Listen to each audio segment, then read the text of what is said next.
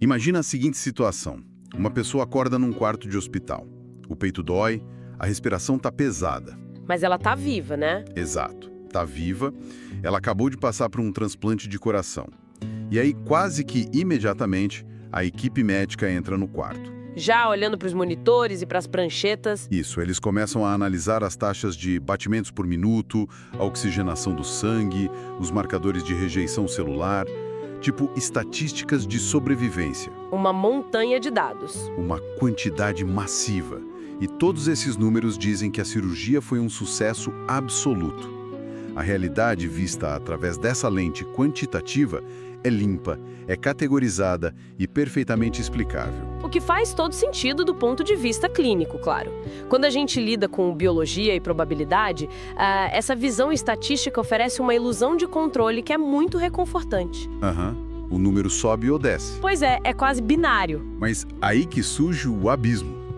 Porque se a gente perguntar para essa mesma pessoa como a experiência de acordar sabendo que o coração de um estranho tá batendo dentro do peito dela... Nossa prancheta médica se torna inútil. Totalmente inútil. Aquela planilha cheia de dados é absolutamente cega para o que realmente significa viver aquela angústia, sabe? Ou aquela alegria, aquele luto. Com certeza. É uma dimensão que os números não alcançam. E é justamente para explorar esse abismo entre o dado frio e a experiência real que damos as boas-vindas a quem nos ouve para mais uma análise de hoje. Um mergulho profundo. E o tema de hoje é denso, mas incrível. Muito. A nossa missão hoje é desvendar os mistérios de uma das correntes filosóficas mais densas e, radicais do século XX, que é a fenomenologia. Ideias abstratas para se debater numa sala de aula de filosofia. Não mesmo. É uma tentativa bem visceral de resolver um problema que nos assombra até hoje, sabe? Como resgatar o valor do que a gente sente e experiência num mundo que tenta reduzir tudo a causas puramente físicas. Ou biológicas, né? Exato. A gente vai explorar desde as raízes dessa insatisfação do Husserl, passar pelos mecanismos mentais que ele desenhou para limpar a nossa percepção. E enfrentar aquele dilema aterrorizante de como a gente realmente entende as outras pessoas. Sim, o problema do outro.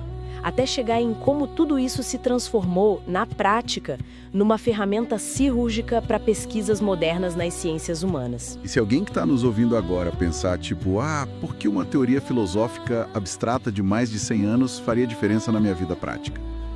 A resposta está literalmente no nosso cotidiano. Em todo lugar. A gente vive imerso num oceano de métricas de engajamento, taxas de conversão, relatório de produtividade, onde o fator humano simplesmente evapora. Fica em segundo plano, né? Exato. Então, compreender esse mecanismo da fenomenologia é, na verdade, adquirir um atalho para resgatar a empatia. Nossa, muito bem colocado. É uma habilidade crucial, seja para liderar uma equipe, conduzir pesquisas de mercado ou simplesmente ouvir alguém sem atropelar a dor daquela pessoa com os nossos próprios preconceitos. E para entender o impacto dessa virada de chave, a gente precisa voltar para o cenário que engatilhou tudo isso.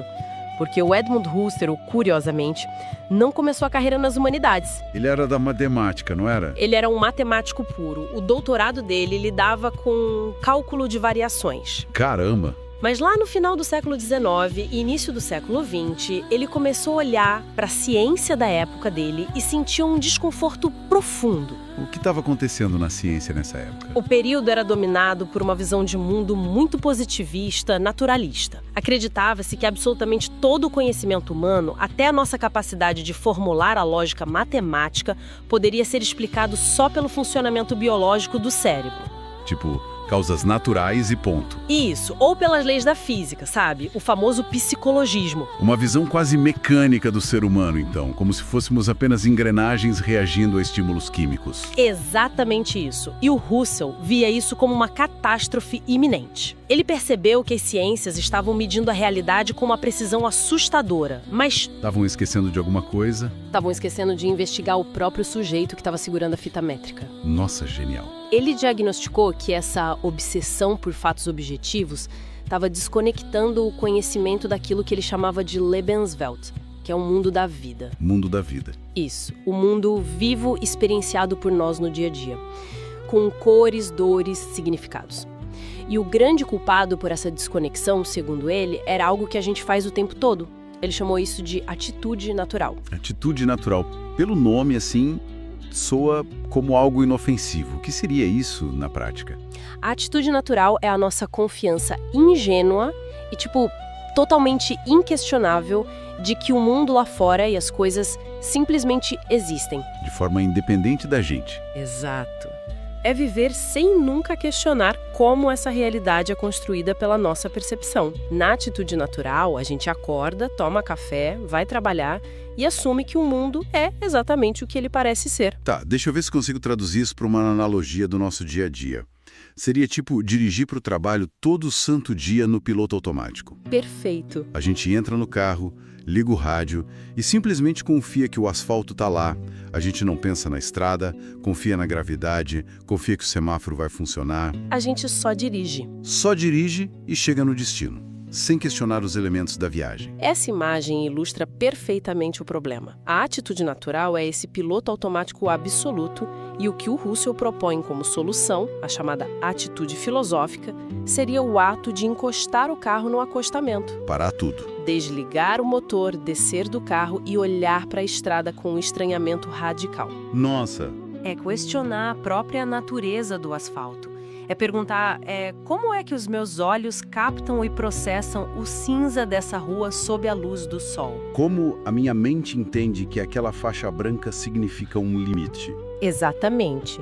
Ele queria que a ciência parasse de apenas medir a extensão da estrada e passasse a investigar a experiência fundamental de dirigir. Daí surgiu o lema mais famoso da fenomenologia. Que é voltar às coisas mesmas, certo? Isso, ir às coisas mesmas.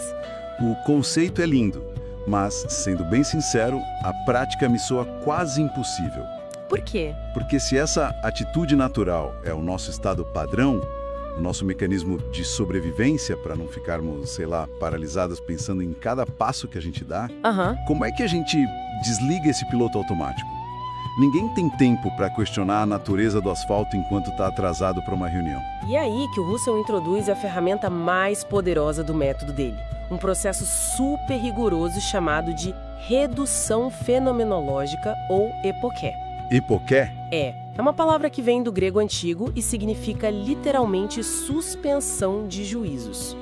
O que ele argumenta é que, se quisermos realmente compreender um fenômeno, seja um objeto físico ou um sentimento de tristeza, nós precisamos colocar o mundo exterior entre parênteses. Colocar a realidade entre parênteses. Sim, mas é crucial não confundir isso com a dúvida metódica do Descartes. Aquela ideia do penso, logo existo? Isso.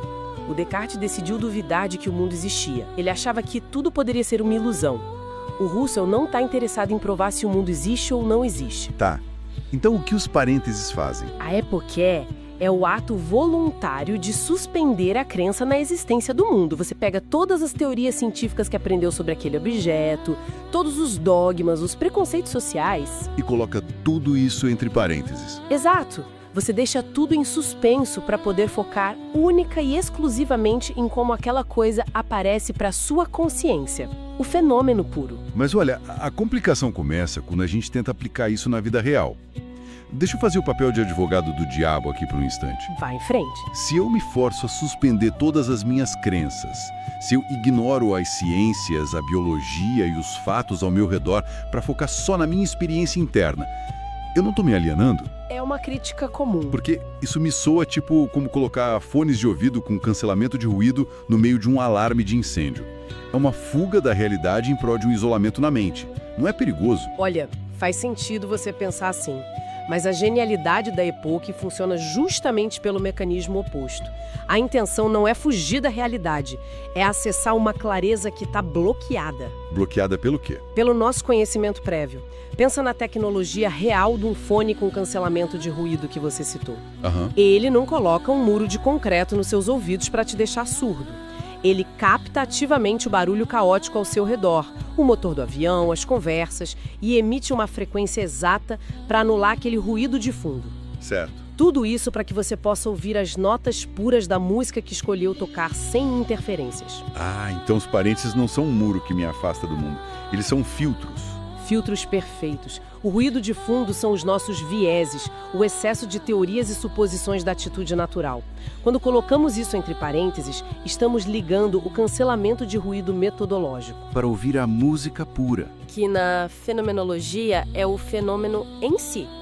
É olhar para a angústia de um paciente e não ver imediatamente um desequilíbrio de serotonina, como um médico faria no piloto automático. Mas ver a angústia exatamente como ela se manifesta e é vivida por aquela pessoa. Exato. É uma busca pela essência pura, livre de preconceitos, através dessa redução. Entendi. A gente limpa a lente, mas isso nos empurra para uma encruzilhada inevitável. Qual? Uma vez que a gente liga esse cancelamento de ruído mental e o mundo lá fora está devidamente acomodado entre parênteses, E sobra apenas você e a sua mente? isso, sobra só a minha mente limpíssima. O que sobra para analisar? O que é a consciência afinal quando você tira os objetos físicos de perto dela? Essa pergunta foi o motor da próxima grande descoberta fenomenológica. Husserl construiu a resposta dele a partir de um conceito resgatado por um professor dele, o Franz Brentano: E que conceito é esse? a intencionalidade. Geralmente, a gente imagina a consciência como uma caixa vazia, sabe? Um espaço na nossa cabeça que vai sendo preenchido pelas coisas que vemos ou vivemos. Como um receptáculo. Isso. Mas a intencionalidade postula que a consciência nunca é inerte. Ela nunca é uma caixa vazia. Ela é sempre, obrigatoriamente, consciência de alguma coisa. O ato de pensar não existe no vácuo. Ou seja, eu não posso simplesmente sentar numa cadeira, fechar os olhos e ter consciência do nada. Eu sempre estarei tendo consciência da temperatura da sala, de uma memória, de uma dor nas costas. Exatamente. A mente precisa de um alvo. É uma atividade direcional contínua. E na terminologia dos textos que a gente está analisando, essa relação inquebrável é dividida em duas partes: a noesis e o noema. Nomes bonitos. O que eles significam? A noesis é o ato intencional da mente em si. O ato de perceber, de julgar, de recordar, de amar. E o noema é o correlato desse ato. O alvo. Isso, o objeto da forma exata como ele é percebido ou lembrado por nós. É quase como se a velha ideia da mente como um espelho passivo estivesse totalmente errada, porque um espelho só fica lá parado, esperando a imagem bater nele. A intencionalidade me faz pensar muito mais numa lanterna. Uma lanterna, nossa, essa analogia é perfeita para explicar a dinâmica entre noesis e noema. Imagina entrar num quarto totalmente escuro. O ato de apertar o botão e disparar o feixe de luz pelo ar seria a noesis, essa nossa consciência ativa procurando algo. E quando esse feixe de luz atinge uma cadeira no fundo do quarto e revela os contornos dela na escuridão? Essa cadeira iluminada seria o noema. Exato. Não existe iluminação se a lanterna não for direcionada para algo. E o objeto não se revela na escuridão sem o feixe de luz. Eles nascem juntos naquele instante. E o impacto filosófico dessa imagem da lanterna é gigantesco, porque durante séculos a ciência e a filosofia viveram atormentadas por uma separação. A velha barreira intransponível entre o sujeito, que está dentro da cabeça tentando conhecer, e o objeto, a coisa física lá fora. E a intencionalidade dissolve essa barreira. Totalmente. Se a lanterna e a área iluminada formam um evento único e inseparável, a divisão se torna artificial. Nós e o mundo estamos amarrados numa correlação contínua. Essa união soa muito bonita na teoria. Mas e sempre tem um mas? Tem uma armadilha aterrorizante escondida aí. Lá vem você. Qual é a armadilha? Se a única realidade que eu conheço de verdade é aquela iluminada pela minha lanterna pessoal, se tudo que eu conheço é moldado pelo meu feixe de luz, Sim. como eu sei que existe alguma coisa real fora da minha mente? Isso nos aproxima perigosamente daquela ideia de que estamos todos trancados em celas solitárias dentro dos nossos cérebros. O famoso solipsismo. Exato. Como eu sei que as outras pessoas caminhando na rua não são só robôs complexos ou hologramas projetados pela minha própria consciência. Você acabou de esbarrar no paradoxo do solipsismo. A ideia de que só o meu eu existe. E o próprio Husserl lutou intensamente contra esse fantasma na sua fase mais madura, nos textos das meditações cartesianas. Ele precisava de uma saída. Sim, porque ele sabia que se o método dele não conseguisse construir uma ponte sólida para alcançar a mente do outro, a fenomenologia ia fracassar. Ia virar só um exercício de isolamento. E qual foi a ponte que ele construiu? A saída que ele formulou foi a experiência da empatia, que em alemão ele chamava de Einfühlung. E isso funciona através de um mecanismo de associação chamado de emparelhamento.